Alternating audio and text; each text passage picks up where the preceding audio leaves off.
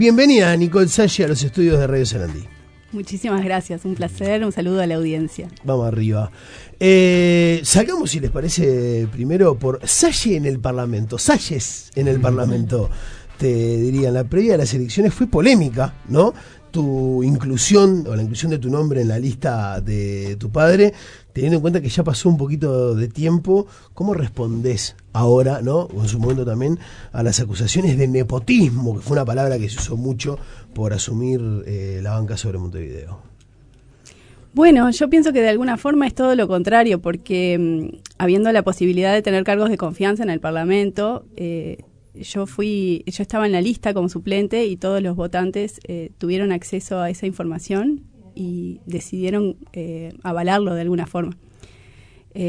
Obviamente que, bueno, al ser yo la hija, esperaba de alguna forma las críticas y fue inicialmente fuerte, pero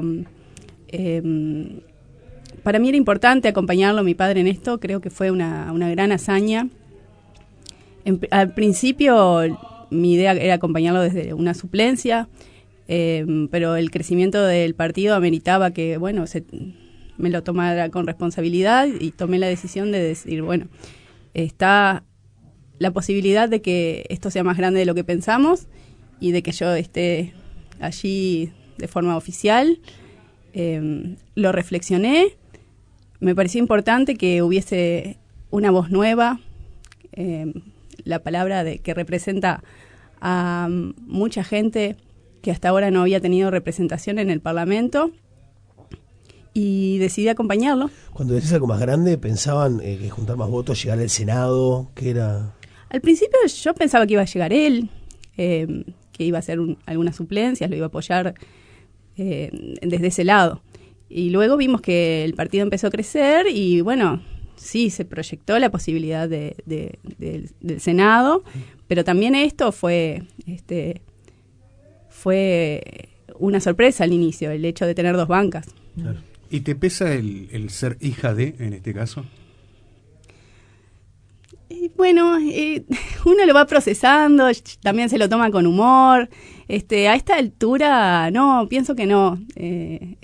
A ver, es parte de nuestra identidad como partido en este momento en la bancada. Claro, te asocian mucho a él, ¿no? A sus ideas, que en algunos casos compartís, en otros no, ¿o compartís siempre?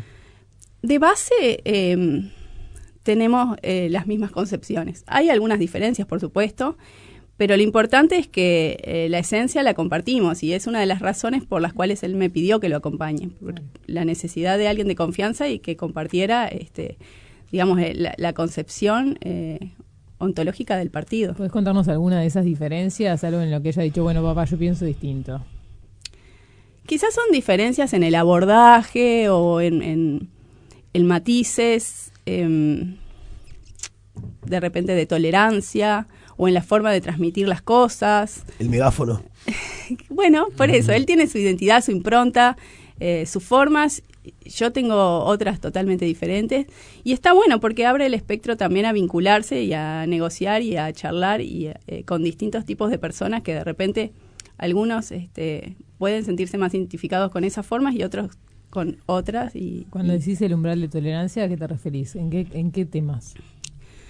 No, a ver, me refiero más bien a que de repente sus opiniones a veces pueden ser más fuertes y avasallar en una conversación.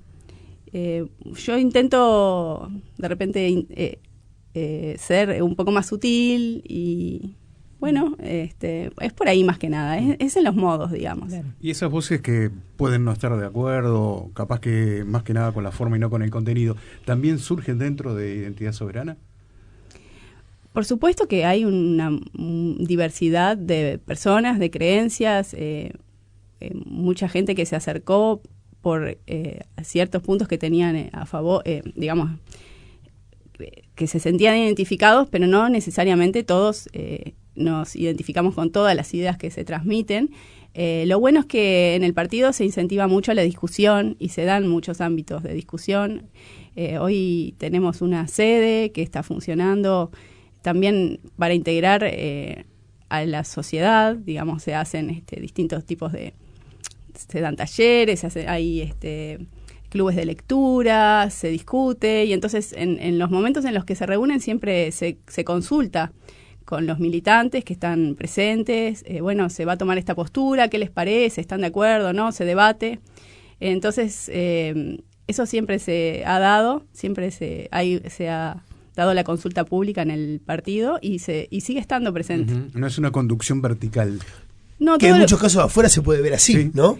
Bueno, pero en realidad quizás por las formas, pero a ver, si nos ponemos a pensar, mi padre tiene una metodología que es inédita en el Parlamento, y es que prácticamente transmite todo, hace absolutamente todo público. Todo lo que se habla, todo lo que se está discutiendo. Sayistas TV, ¿no? Sayazo TV. Sayazo sí, TV, ahí va. Sí, absolutamente todo él lo transmite. Incluso discute las noticias. Es decir, todo lo que va a hacer lo dice. Si se reúne con alguien, habla al respecto. No tiene ningún tipo de tapujos al respecto. Y entonces, en definitiva, está socializando la política. Les está dando un rol a todos esos oyentes o participantes o militantes que quizás es completamente nuevo, porque nadie antes tenía acceso a ese tipo de conversaciones, a lo que se habló en las comisiones, por ejemplo. Si no ibas a buscar el registro taquigráfico, que me cuesta a mí hasta ahora, cada vez que voy a buscar un taquigráfico estoy un rato, porque no es tan fácil, no te enterabas de nada.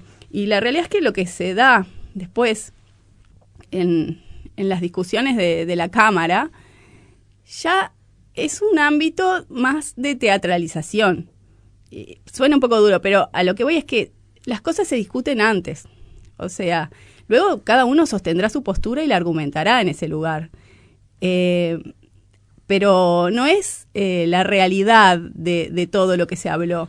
Y eso lo está transparentando mi padre a través de esta nueva modalidad que implementó. Claro. Sí, y curiosamente, además, uno de los ámbitos donde más se discute en el Parlamento, que es el corazón del trabajo parlamentario, son las comisiones que no son públicas. ¿Y no se ha planteado la posibilidad de que sean abiertas también? Bueno, justamente el otro día mi padre lo planteó. Él habla, a diferencia de lo que mucha gente puede pensar que es intransigente, él habla mucho con los demás diputados, tiene un muy buen relacionamiento y siempre está tratando de negociar. Y planteó esto precisamente, que por qué no se podía transmitir también lo que se hablaba en las comisiones, a ver si estaban de acuerdo, si lo podíamos llevar a cabo. Y está haciendo, de hecho algunos estuvieron de acuerdo en ese sentido y quizás se puede... No es que sean privadas, porque ya te digo, está básicamente la posibilidad de buscar el taquigráfico y leer absolutamente todo lo que se habló, si bien pueden haber algunas discusiones que queden fuera de esa versión. Pero no es lo mismo que de repente filmarlo y llegás a un público más extenso y la gente realmente puede tener de primera mano lo que se está discutiendo. Y siguiendo con Identidad Soberana, que sacó 65.796 votos en las elecciones pasadas, fue el cuarto partido más votado, y esto que logró 2 bancas en lo que tu padre solía llamar la cueva de los vendepatrias, ¿no? Esa expresión que tanto marcó. Hoy trabajan ahí ustedes dos y bueno, junto a la par, digamos, de los delincuentes de cuello blanco. También otra frase. Otra de las expresiones. ¿Cómo se puede equilibrar esa línea de identidad soberana frente al resto del Parlamento?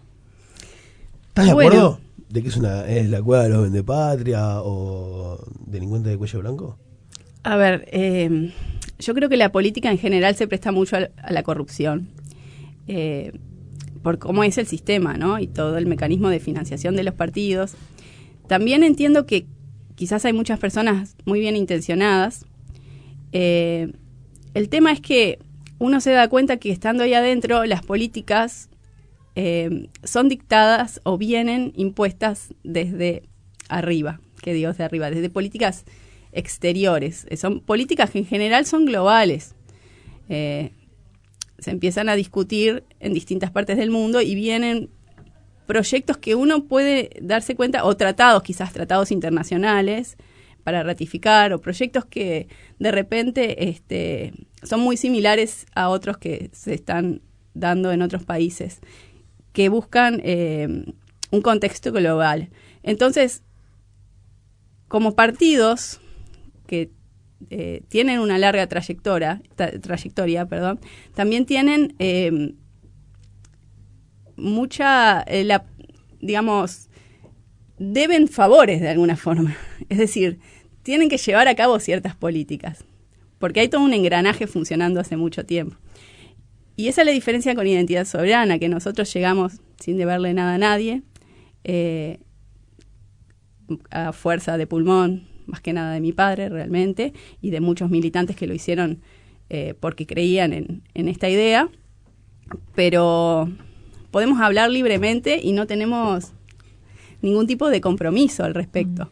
Ahora, ¿tenés algún ejemplo en lo que se pueda decir que los partidos tradicionales deben favores, como decías vos? A lo que me refiero es que hay toda una estructura que necesariamente viabiliza políticas. Por ejemplo, se nos dijo desde el Partido Nacional que todos los tratados internacionales iban a ser votados a dos manos. O sea, que básicamente, independiente del contenido, tratado internacional que venga, va a ser votado. Hace poco se votó un tratado internacional al respecto de que las causas por violencia de género pudiesen ser continuadas en otros países. ¿Qué pasa? Que primero en el tratado no podían definir lo que era una mujer. Lo decía el tratado, no lo definimos. Y segundo, que eso implica que Uruguay no tiene ningún tipo de injerencia sobre causas o sobre procesos de sus propios ciudadanos. Una mujer que, por ejemplo, que ha denunciado a un hombre, ese hombre se muda a Brasil, por ejemplo, y esa mujer va luego a Brasil y se le ocurre, por poner un ejemplo, ¿no?, que ese hombre no puede estar ahí y lo denuncia, y esa causa, digamos, tiene validez en todo el Mercosur. Uruguay no tiene ningún tipo de injerencia, los procesos se siguen internacionalmente. Digamos, esas pérdidas de soberanía se viene dando con muchos tratados que van llegando. Y siempre son votados de forma unánime. Te doy vuelta a esto que estás diciendo, ¿no? Porque en el otro caso alguien te puede decir, bueno, pero ¿no te parece injusto que una persona que quizás es acusada o denunciada en Uruguay solo por cambiar de lugar se pueda liberar de esa persecución o de esa acusación? El problema ¿Me es... explico a lo que voy? Claro, no. El problema es la falta de garantías que puede dar nuestro sistema en relación a no tener injerencia a causas que de repente se iniciaron en otro lugar. Claro. Porque si hay una causa procesal en Brasil, esa persona llega de Brasil y nosotros no tenemos cómo saber si ese proceso estuvo bien hecho o no. Claro. Por supuesto que se entiende que las personas necesitan protección. También hay un factor importante de todo esto, es que el derecho apunta a legislar de forma a un grupo de individuos, no es un derecho universal. O sea, no vamos a proteger a todos los individuos, vamos a proteger a la mujer. O sea, se está discriminando positivamente a la mujer, que además no podemos describir en qué enmarca, ¿no? O sea, ¿y esa falta de definición por qué te llama tanto la atención? Porque necesitarías dejar afuera qué. Y porque, a ver, tú tenés que definir al sujeto de derecho en una ley, claramente, porque si no... y con decir mujer no alcanza. El tema es que no es con decir mujer, porque básicamente con esta definición viene, no sé, cualquier persona y dice soy mujer, y yo entiendo que soy mujer y ya está.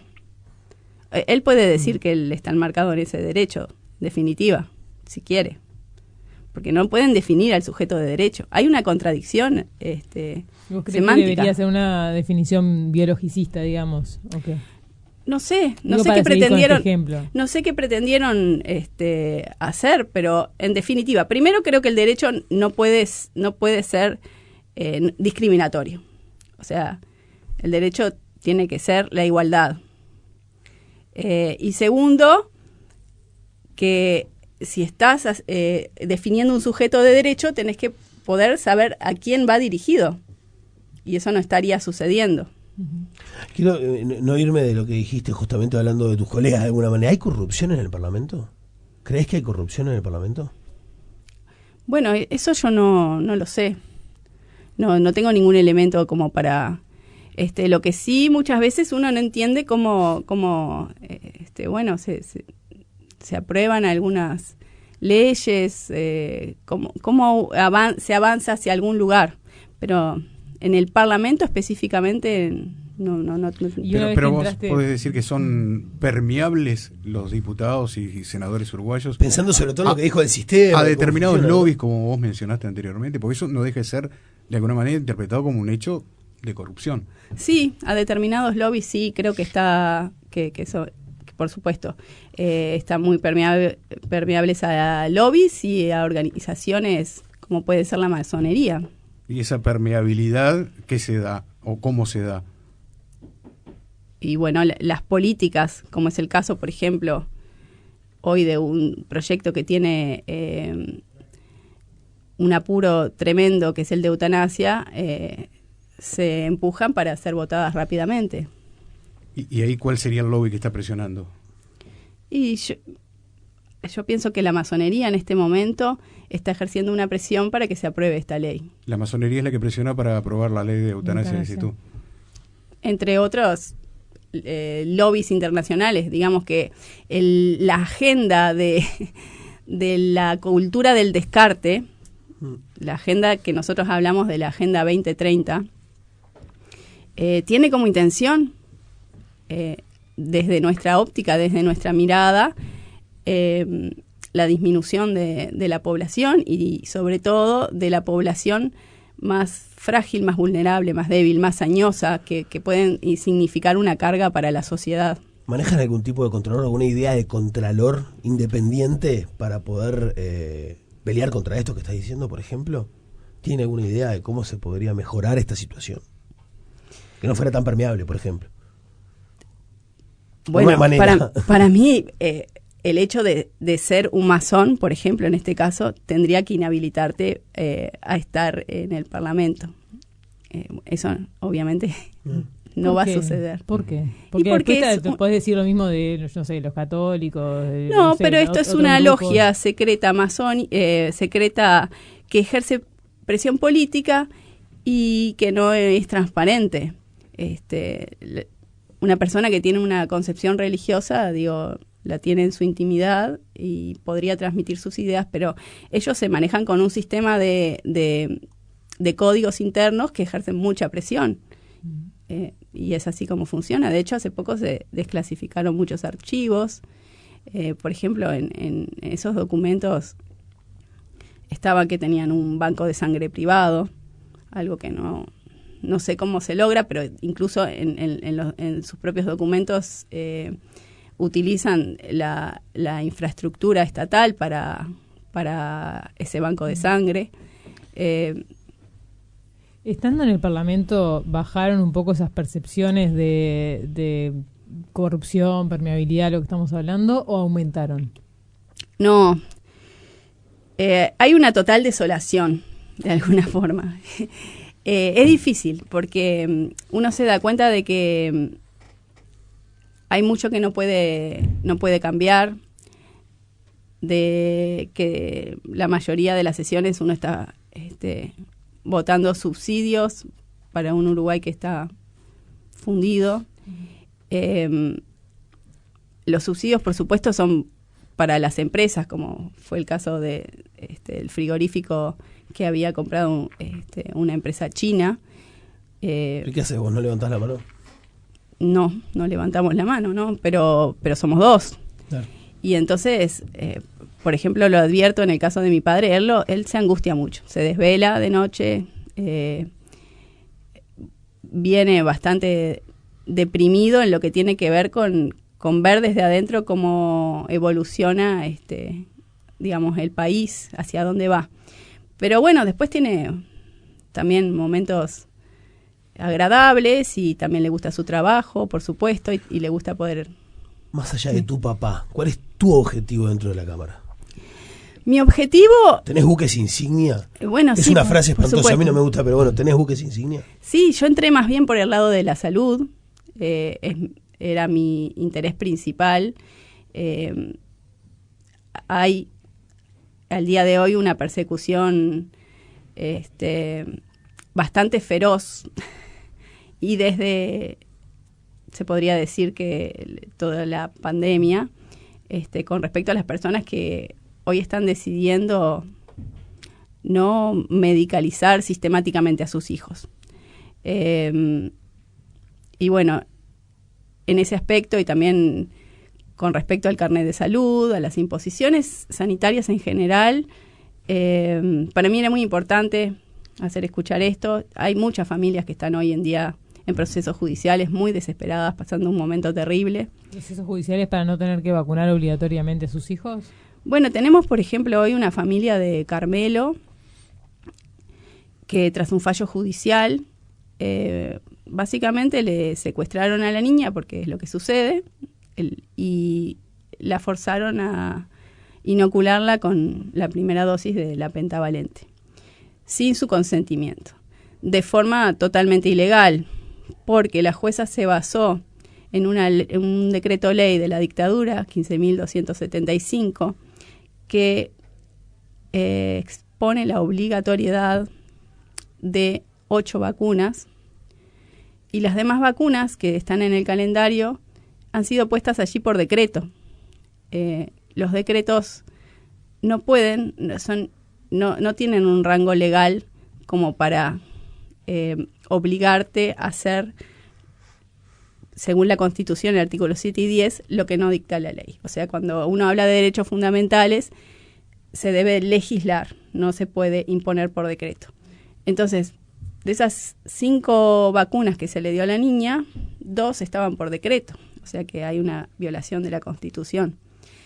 Ni que hablar que después están todas las demás leyes que a mi juicio tienen mayor rango y teniendo en cuenta algo que no tiene en cuenta la jueza, y que la vacunación es un acto médico porque obviamente tiene riesgos, tú estás inyectándole algo a alguien en su cuerpo, que es la ley del consentimiento informado.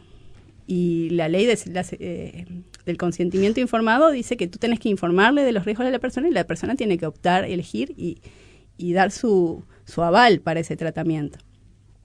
Entonces, hay un porcentaje de la población que de repente eligió hacer las cosas de otra manera, que está siendo perseguido de una manera feroz.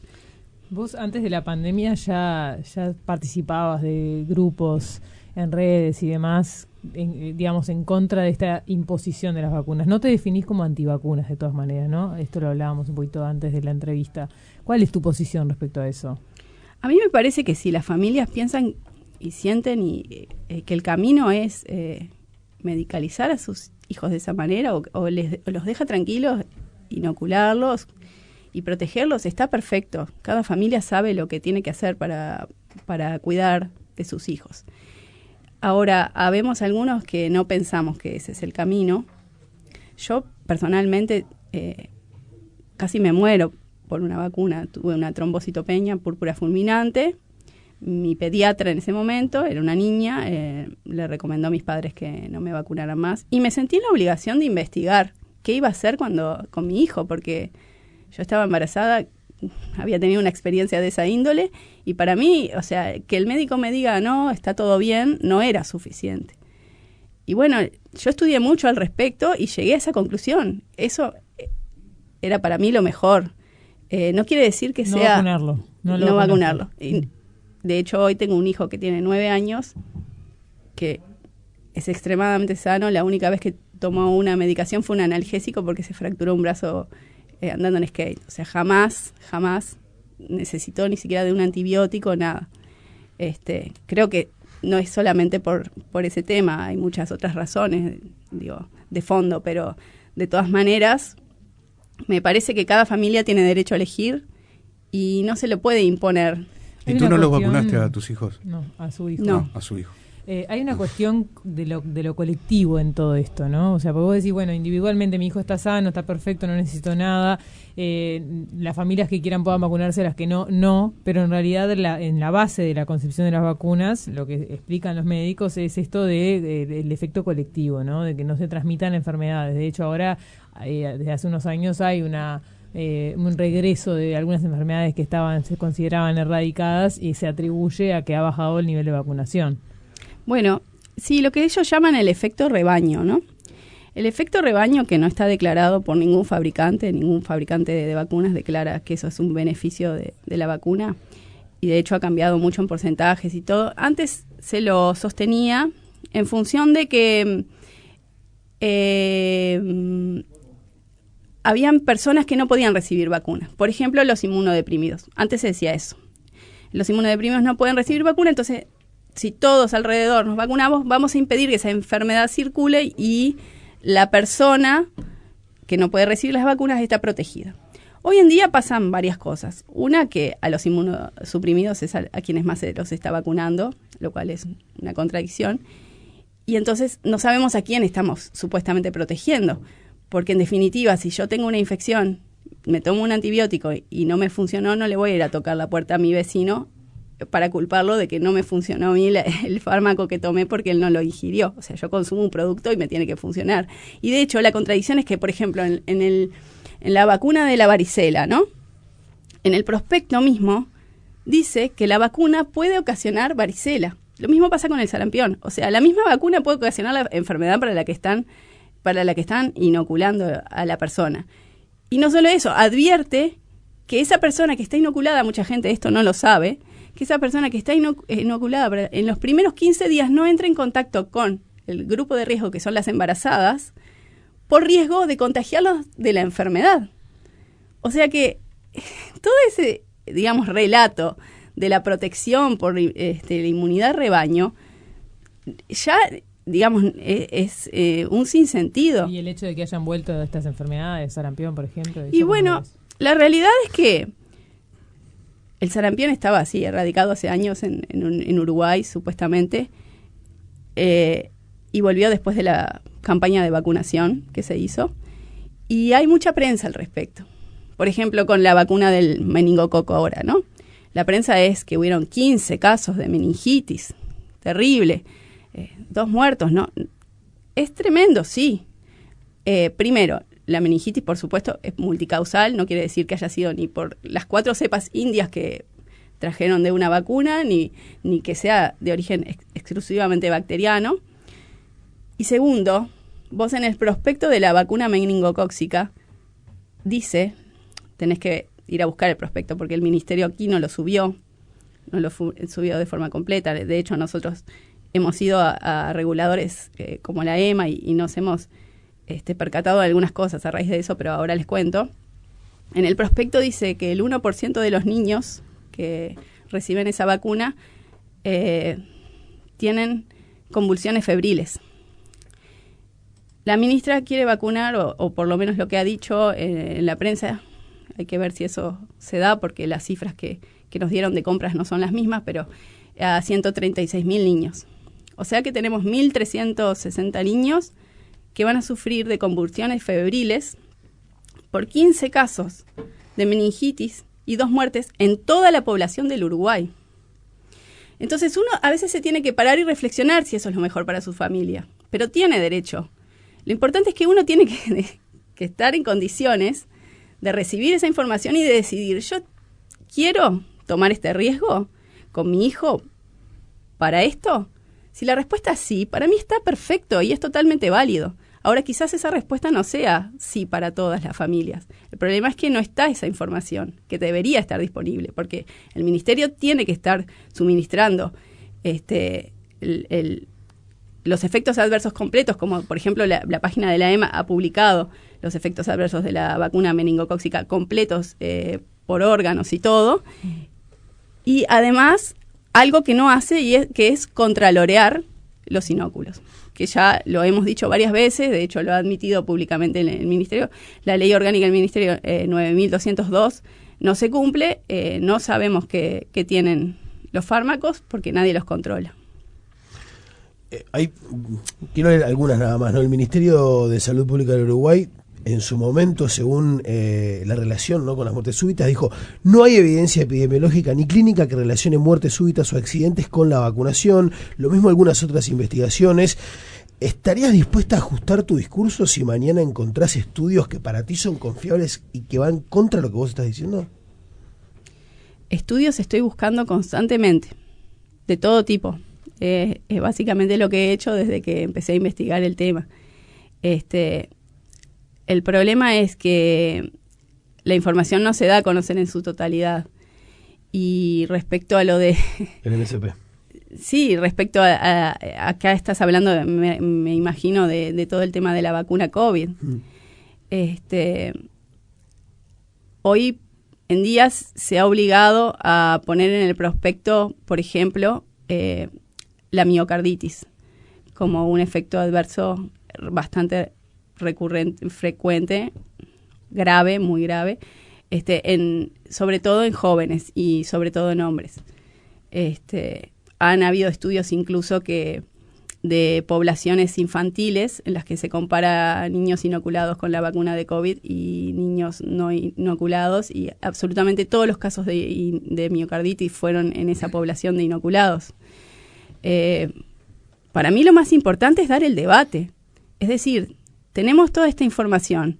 A ver, nosotros en el Parlamento, cuando pedimos la comisión investigadora, estábamos pidiendo justamente eso, que básicamente se investigue, ¿no?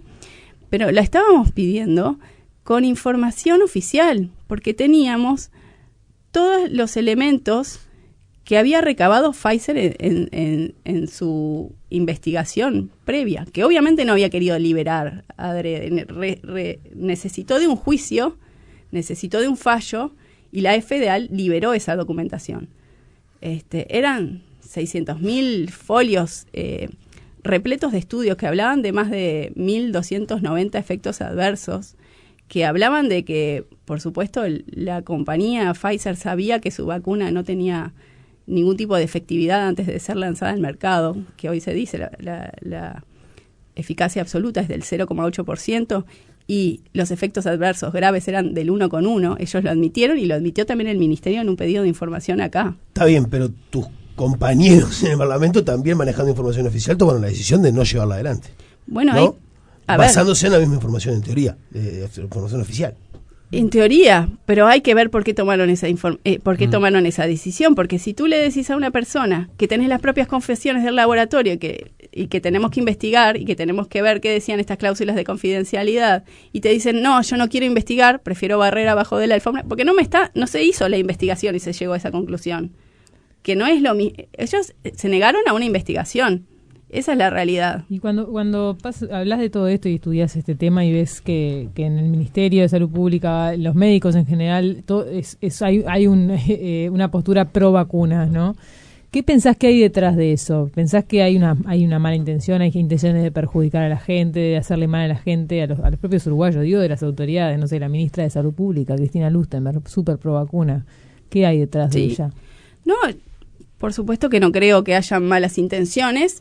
Lo que yo creo es que hay toda una maquinaria que funciona con el financiamiento de estas farmacéuticas, porque no olvidemos que, por ejemplo, la OMS, que es quien hace las recomendaciones internacionales, está completamente financiada por privadas, por organizaciones como Bill y Melinda Gates, por farmacéuticas, por organizaciones satélites que son parte de estas mismas, como el AVI, pero en definitiva, las farmacéuticas hoy en día financian absolutamente todo lo que tiene que ver con la medicina, no solamente la OMS, sino todo lo que tiene que ver con la educación.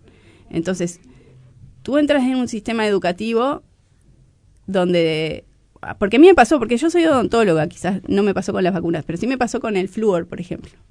O sea, tú entras y el flúor es lo más importante para los dientes.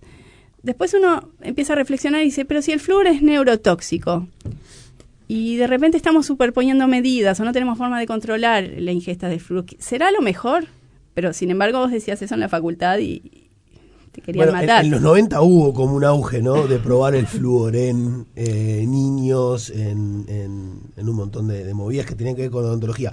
No me quiero ir de tu profesión porque tenemos una noticia que tiene 24 horas acerca de la prohibición de una marca, ¿no? En Argentina y en Brasil. ¿Qué pensás al respecto? ¿Qué tiene que pasar acá? Bueno, eso tiene un poco que ver con la falta de controles de los medicamentos, los fármacos, porque en definitiva son cosméticos, pero no dejan de ser fármacos y tienen un montón de componentes que no son inocuos. ¿Pensás avanzar en el tema desde el Parlamento acá? Sí, creo que en general lo que hacemos en primera instancia, estando ahí, son pedidos de información.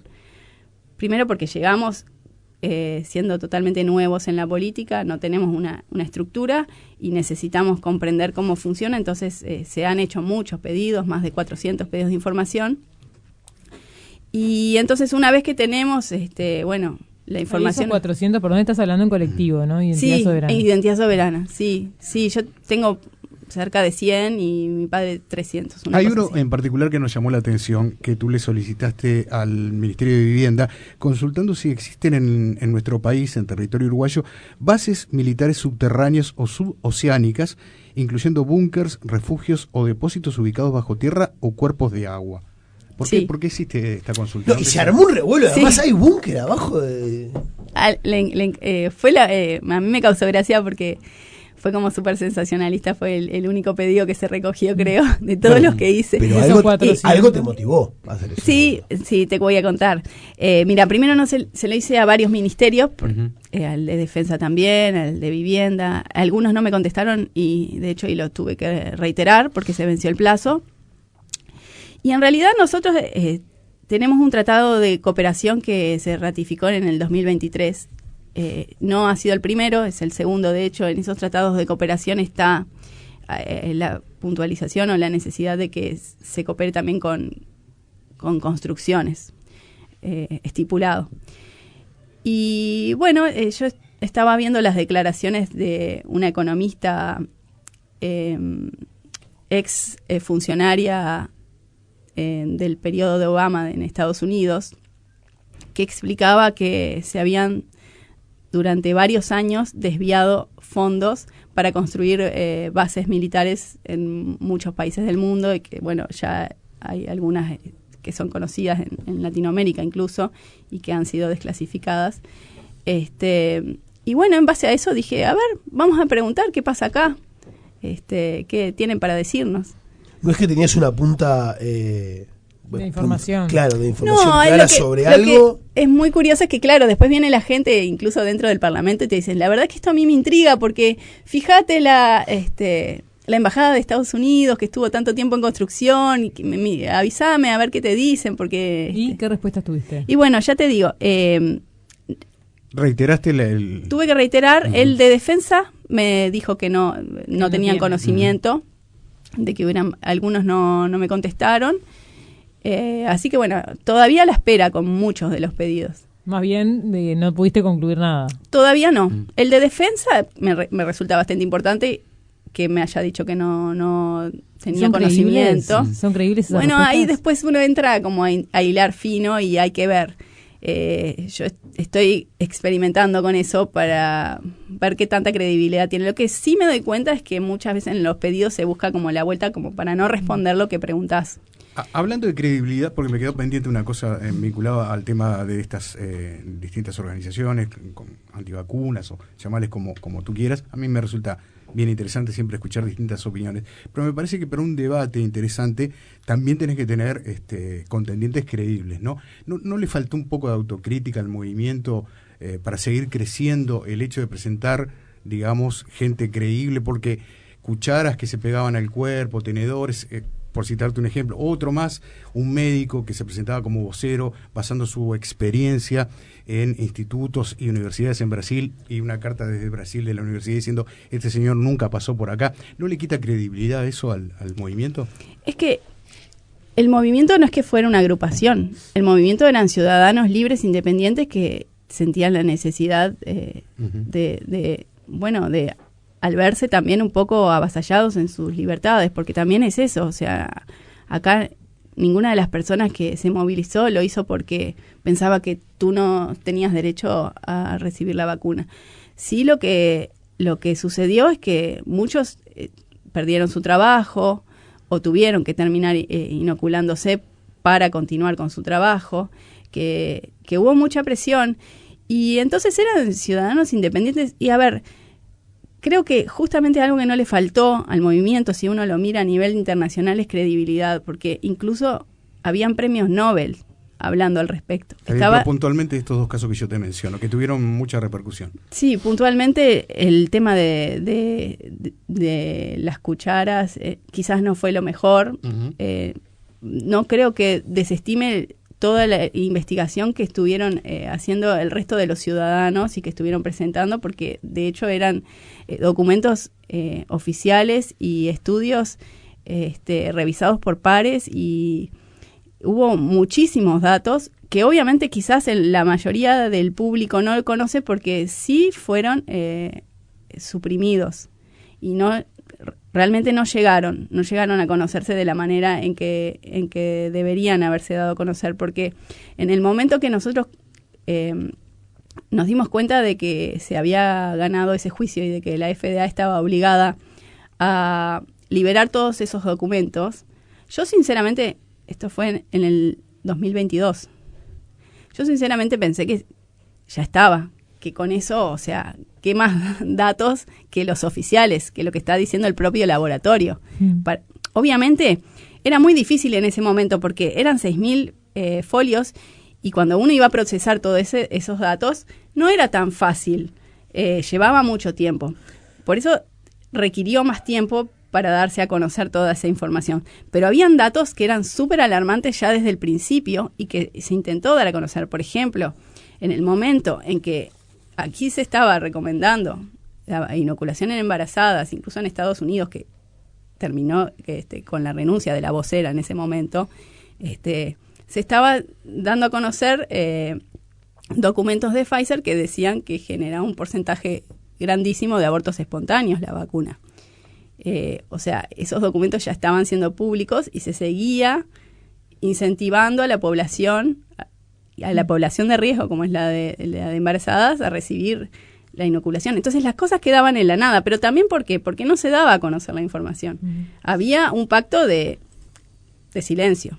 Nicole, y vinculado a esto de las vacunas, otra cosa que nos quedó pendiente, que lo mencionábamos en tu introducción, es esta asociación que vos hiciste al accidente del 121 en la Rambla de Pocitos. Dijiste que el chofer había hecho lo que hizo porque estaba vacunado y te salieron a pegar con todo, ¿no? Médicos, te trataron de irresponsable, de hablar sin respaldo científico. Hubo análisis toxicológicos que no concluyeron nada relacionado con las vacunas. ¿Qué te quedó de todo ese episodio? Bueno, para empezar, a los choferes se los obligó a vacunar. Hubo una campaña muy intensa de choferes. ¿Pero por qué lo relacionás? ¿Por qué lo relaciono? Lo que yo dije específicamente, no dije este chofer le sucedió esto por eso, dije que estos iban a ser casos que iban a ir en aumento. ¿Por qué? Porque la inoculación había incrementado muchísimo los accidentes cerebrovasculares, lo que puede ser un ACV, por ejemplo. Entonces, los desvanecimientos de un conductor, a mi juicio, iban a empezar a ser frecuentes. Los desvanecimientos o los ACVs que pueden generar también comportamientos atípicos. En este por caso supuesto. No fue un ACV. No. Bueno, en este caso no fue un ACV. Las cámaras, no sé, permítame dudar de todas maneras. No le voy a atribuir la causalidad tampoco porque no tiene sentido, no es tampoco la intención. Yo sencillamente dije, este tipo de situaciones van a ir incrementándose. Esta va a ser la realidad de nuestra sociedad. Accidentes en la ruta por personas que se desvanecen o personas que tienen algún tipo de accidente cardiovascular. Nicole Salles, son 10:57. Yo pasó volando, tengo media hora más, claro. Teníamos para Muchísimas gracias por estos minutos y por haber venido a Radio Sarandí, a las cosas en su sitio. Bueno, muchas gracias a ustedes. Vamos arriba. Gracias.